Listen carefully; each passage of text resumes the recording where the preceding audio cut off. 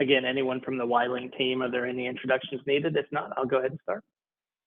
Yeah, I'll give a synopsis. Good afternoon, everyone. Thank you for joining to this advocacy training. This training is the lead up to our Advocacy Day on March 26th. We have Mark here who will be providing our training, and this is being recorded and will be uploaded to our YouTube KDADS channel. That way, I know we have some students who have practices. That way you have that capability to view it. Other than that, Mark, it's all yours. Great. Thank you very much. This is a wonderful opportunity to speak to you all today. What you'll be doing on March 26th and leading up to it is extremely important. So certainly shouldn't minimize the work that you all will be doing and the preparation that you'll be engaged in leading up to that day. So on behalf of Carillon Behavioral Health, it's a pleasure. My name is Mark Alcido, and this is your Youth Mental Health Advocacy Day training.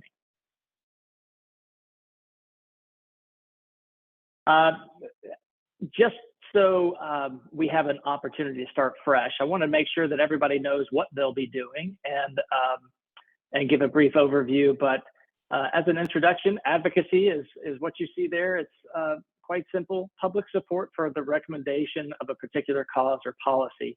And advocacy is also the work of an advocate.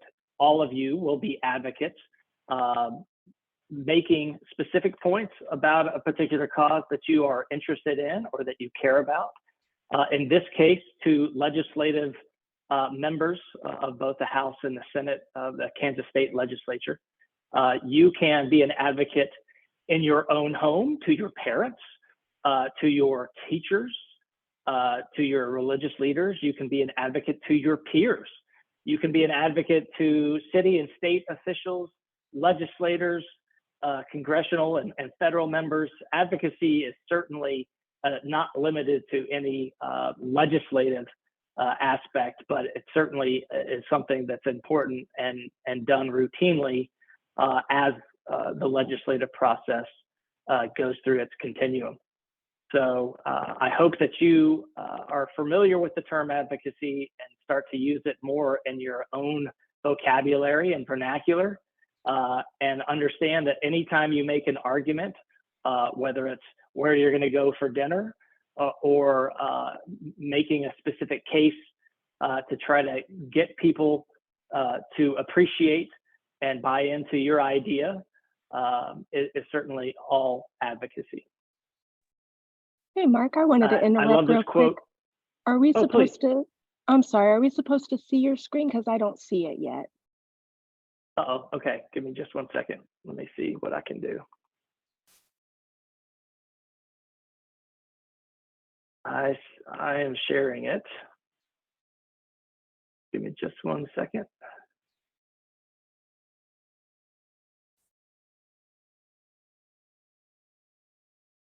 Thanks for your patience.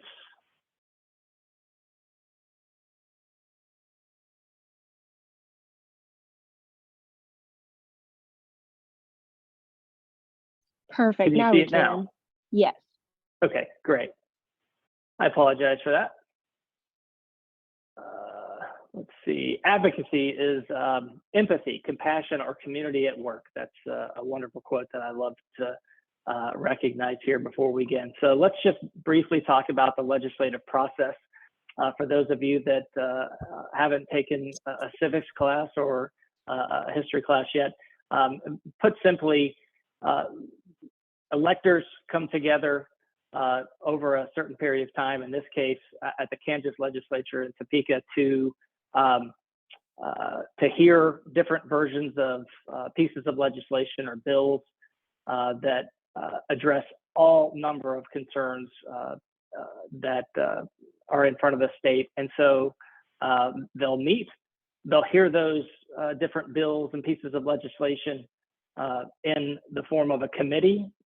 That bill, if it's approved by that committee, will move on to the House of Origin, basically the House of Representatives or the Kansas State Senate, where it will be then heard, debated, discussed, likely amended, or changed. And then if voted upon favorably, we'll move on to the other chamber where it will continue through that process on through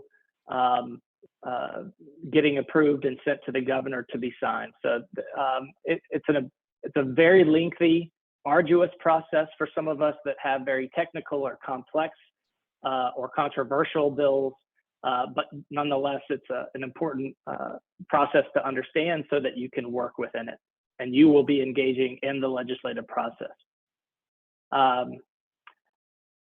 So this is kind of what I just went through. Again, bills are introduced, sent to committees, all through that process, and you have it there in front of you.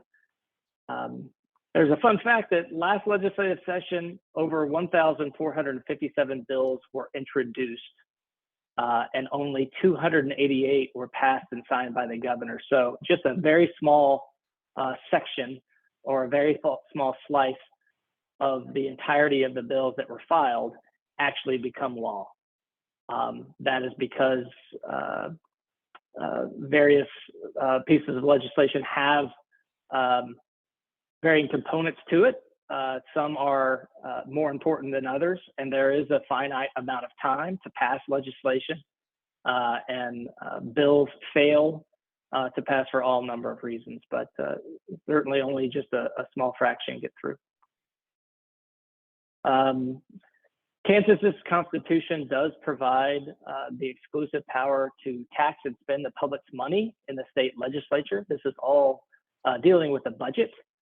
But the only bills that the legislature must pass are appropriations bills. That's the only thing that is within the Kansas Constitution and a requirement of the legislature is to pass a budget.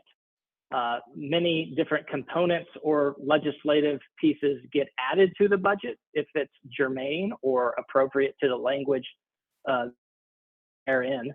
But outside of that, any other piece of legislation is not required to even receive a hearing, with the exception of, again, the budget and appropriation related bills. Enacting the budget or spending the state's monies is perhaps the most powerful and effective means for legislators to set public policies and priorities. So much like your parents and your families at home identify what the priorities and the needs are in order to live: groceries, electric bills, water, utilities, mortgage or rent, where you live. These things are the priorities, so you're going to focus on those things first, and then beyond that, you're going to focus on what you have money left to spend. The state does something very similar. And the budget and the state's financial plan for spending money for specific or general purposes from public funds. So I hope you have a better understanding of the budget, because a lot of mental health and behavioral health related ideas and policies cost money to implement. And so those often get put into the budget. And so that's an important aspect for you to understand with regard to what you'll be doing. Perhaps the most important aspect of your advocacy is developing your message. So it's important that it's personal to you, to the extent that you want to get personal. I know that when you engage with a legislator or an elected official, they want to hear why it's important to you.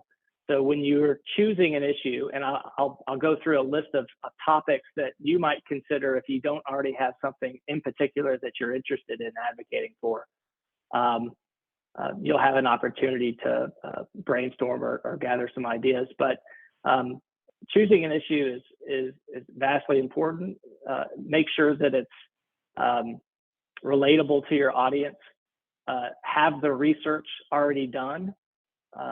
And perhaps ask others what's important to them, so you can consider some suggested topics. Again, make it personal. When you are advocating specifically for mental health or behavioral health related issues, define why it's important to you. Share to the extent that you're comfortable how this particular need has impacted your life, or how it could have improved your life if it was a part of the state's policy. And sharing an anecdote or a personal story, I would highly encourage you to do so, as long as you've practiced it, as long as it's somewhat concise, and it reaches your point. As I mentioned earlier, the legislative session is relatively short, and members of the legislature are extremely busy. They're being pulled in many directions. We want to respect that. We want to be aware of that. And so we want to craft our message. If you've ever heard the term elevator speech, typically relates to, can you get your message across the time it takes for you to get in the elevator, get to a certain floor, and get out? Hopefully you're given quite more substantial time than it will take you to ride in an elevator. But just in case you don't, you want to make sure that you have that packaged and you have practiced your message in a way that you can deliver it quickly, concisely, and effectively. So I've listed here just a general list of topics for you to consider.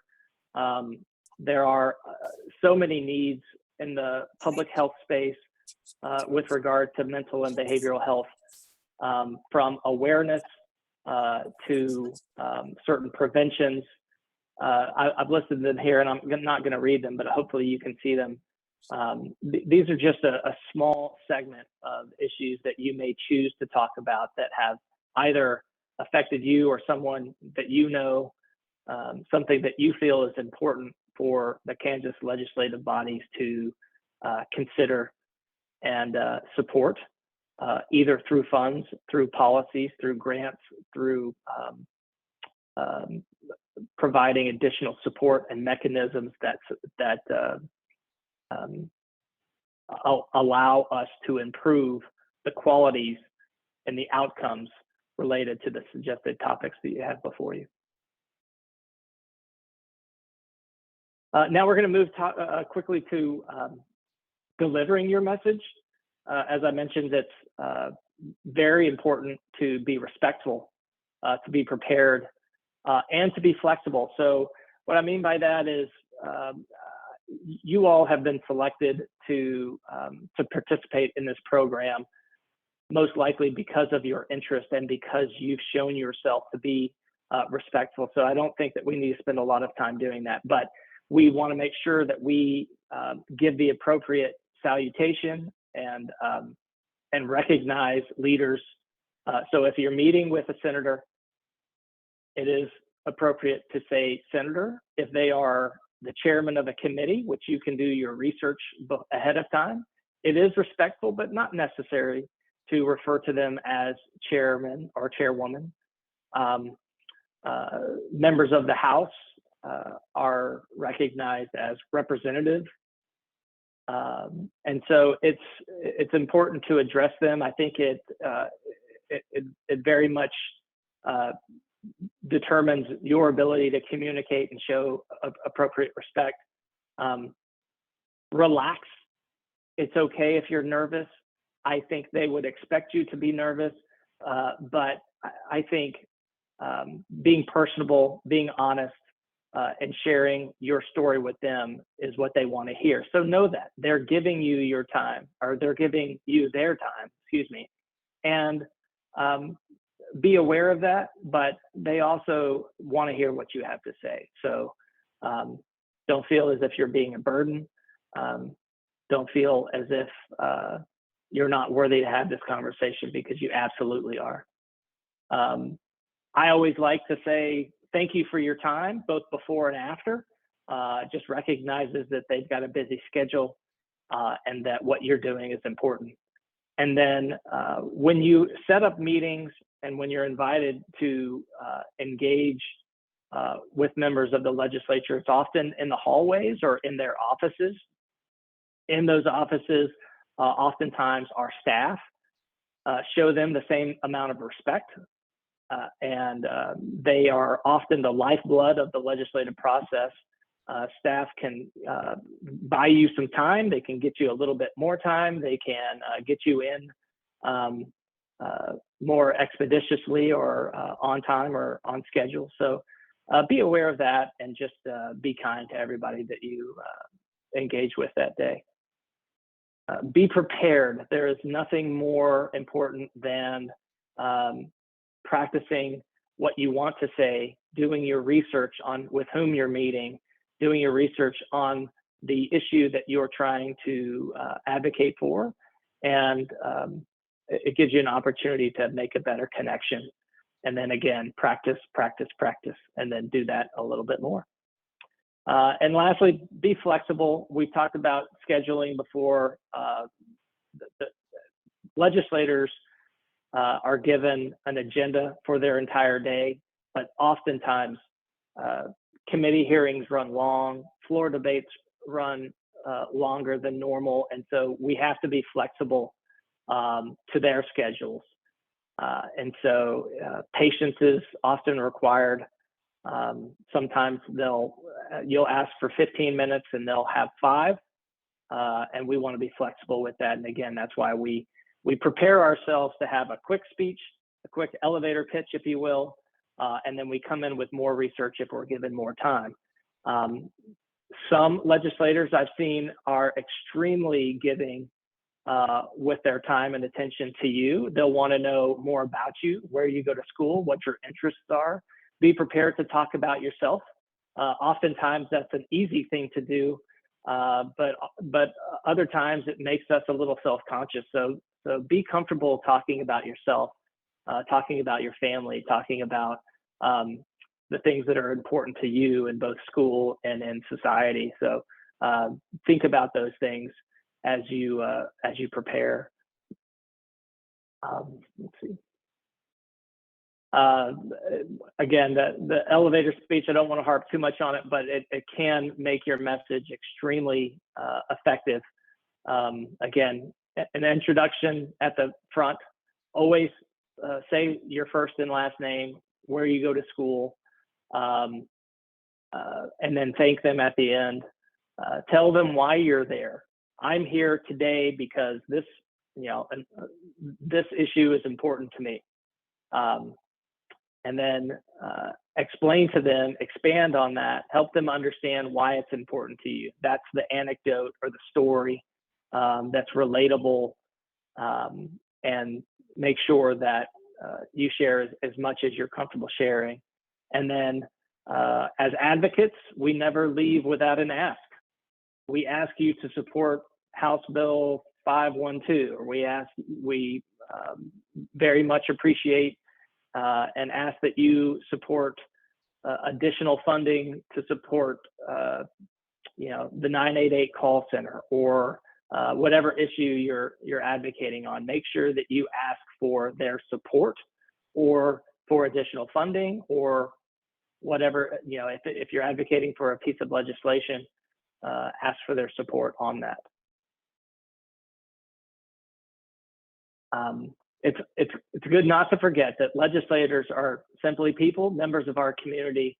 We certainly want to show them the appropriate amount of respect, but they are just people. They're mothers and fathers and grandparents and teachers and librarians and doctors and dentists, and they're members of our community who represent our interests. And so it's important for them to listen, and it's important for them to hear from us. They are interested and they want to know what their policies and how they make their decisions impact you. And again, it's always nervous, just like I am, just like I always get in front of a member of the legislature. I always get a little nervous, and that's perfectly fine. Don't be worried about that. Again, practice always reduces nervousness. Your Mental Health Advocacy Day is on March 26th of this month. I wish you a ton of luck. I want you to have fun. And most importantly, remember what you're doing is vastly important to the process. I think we've got some time for questions I'm happy to answer as many as you have, or make some suggestions along with other folks here from YLinK. So I appreciate your time and attention. Remember, all advocacy is at its core an exercise in empathy. Thank you very much.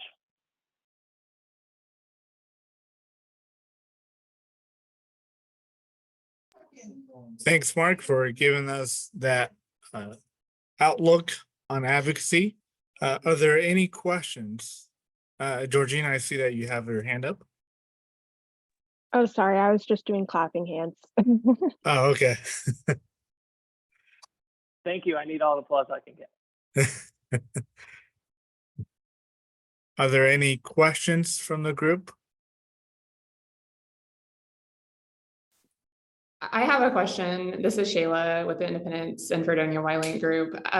Do you know, when will we know who we're meeting with? So I've been putting together your appointments together. Mhm. And so, and also been working with our government liaison affairs. And so we'll be putting together a preliminary list of bills that are being up for consideration. And so I would say by the end of this week, we will have those lists coming out along with potential bills that students will be able to speak on. Okay, great. Thank you. Yeah. And Shayla, if you remember from last year, I made folders for everybody that had the picture too of the legislator. I'll be putting those together again to hand to you guys physically on the day of. Okay, awesome. Thank you guys. No problem.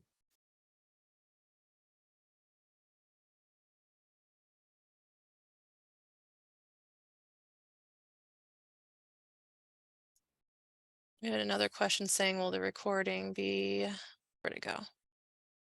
Will the recording be available for anyone that might have had to miss this? Yes. We'll be so as soon as we conclude, we'll be having that digital copy uploaded to YouTube, and I'll send that link out with that. And as a reminder, if you have not registered or your numbers have increased, feel free to let me know, send me an email, or re-register using that link. And then is there a tentative schedule for that day? What time do we need to be there and when will it end? So that day check-ins at 8:30 and the day will conclude at 3 o'clock.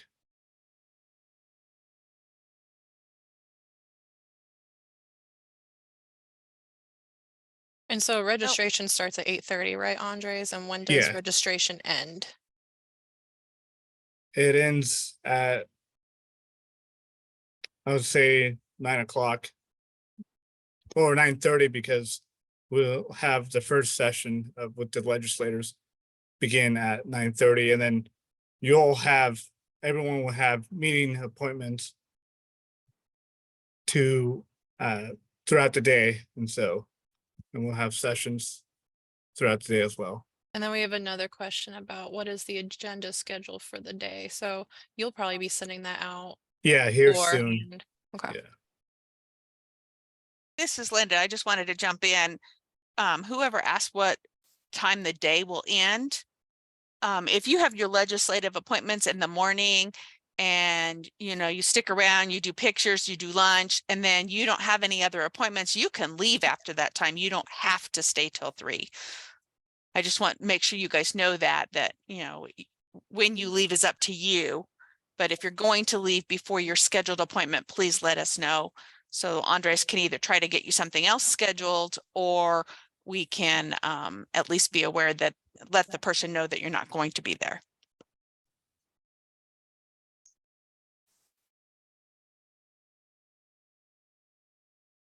Okay. Are there any other questions or in regards to Mark's presentation? And if later on, once you show this to your students, a convenient time for them. If they have any questions, feel free to send those over to me as soon as your kids are able to watch, and if they have any questions. So send this over to me. Okay. The most important thing for the day is for us to just make sure that the youth are comfortable in what the expectation is and that they're not unsure of what they're supposed to be doing.